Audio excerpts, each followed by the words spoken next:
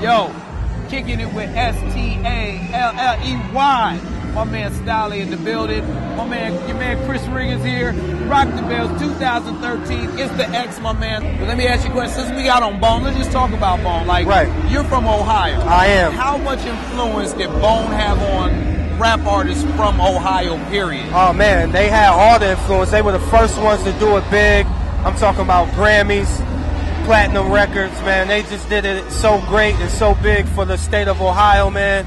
It was a blessing as a kid actually seeing them from start to now, you know what I'm saying? Like from when they came in to now, I mean, they're legends in the game. I mean, everybody in Ohio had Dickie suits and afros.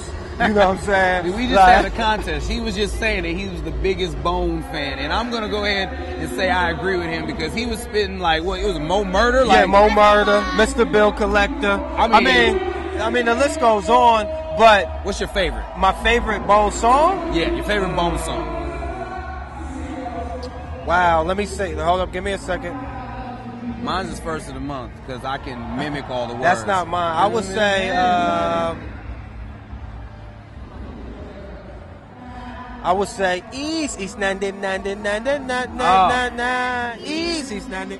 Now, you know, because they just put it on for the city, man, of Cleveland, and just like again the state of Ohio. That was a great song. I mean, there's so many to name, but that is definitely one that sticks out in my head. That just was one of them records that you could put on anytime, any place, and it gave you that feeling. You know what I'm saying? I know what you mean. Well, you know what's funny? That song actually gave me that same kind of feeling because my whole family is from East Cleveland, East 94th in St. Clair to be exact. Yeah, so, I mean, I had a little connection to that. I think what brought him was the harmony part. Like, you know, that was different. Of course. Know, most rappers at that time, like 93, 94, they were just, hard. It was just grimy. hard, yeah. Like, you know, and they were grimy and hard, but still harmonized while doing it. And let me tell you something, man. They sounded great on stage together last night. Like, the harmony was perfect. So, Rock the Bells, 10 years. How many have you been to?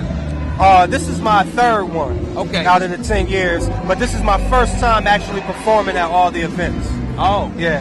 Dope. Check us out. So 10 years of hip-hop. In the 10 years past, what has changed the most in your opinion? Man, I mean, hip-hop is constantly changing, and it's for the good and some, you know, for the bad, but I mean, it's just, hip-hop is everywhere in the past 10 years. It's in movies, commercials. I mean, it's just so public and so national and global, I should say, man. Like, it's been growing, and I'm afraid to see what it's going to be like the next 10 years. Oh, it's going to be crazy. I think a rapper might be a president. Wyclef? No, but let me ask you this question about, like, hip-hop in general. Like, where do you see in the next 10 years, which artists do you see taking it to that next level besides yourself and people like Currency and like they're like, who do you see doing that? I mean, you know, definitely myself, you know what I mean? I see in the next couple of years or next year, like, big things happening for myself. I've been blessed, you know what I mean, in my short span in this game so far. So I'm looking forward to the next 10 years for myself. But, I mean, you got Currency, you got, you know, Kendrick is killing them, Schoolboy, the whole TDE movement is killing, you know what I'm saying? Big Sean is doing this thing. Man, guys like Crit, Dom Kennedy. I mean, it's a good wave of new artists that's coming up doing their things, and I'm happy to be a part of that. Now, we see you with the MMG group, you know what I mean? And I know a lot of cats be asking, yo, Stalley, how you with the MMG? So tell people, like, basically what your ideas are, because we know that, you know, they represent one thing, we know what you represent, you know. Tell them how you plan to, you know, bridge the gap and bring that together so where, you know... Man, I'm just giving us a voice, you know what I mean? Those MCs, those lyricists, the people that identify with me, I'm giving them a voice and giving them a stance on that big stage, you know what I mean? And I'm just trying to do it the right way, carry it the right way, and, you know, keep on opening those opportunities for like artists, you know what I mean? Like myself, who just want to make good music and got a message and got a voice and they want to be heard, you know what I'm saying? I feel you. Well, check this out. I'm a comedian. I tell jokes for a living, so I'm going to get you in on a little fun here. Now, if you were a bird, let me ask you a question. If you were a bird, whose car would you shit on?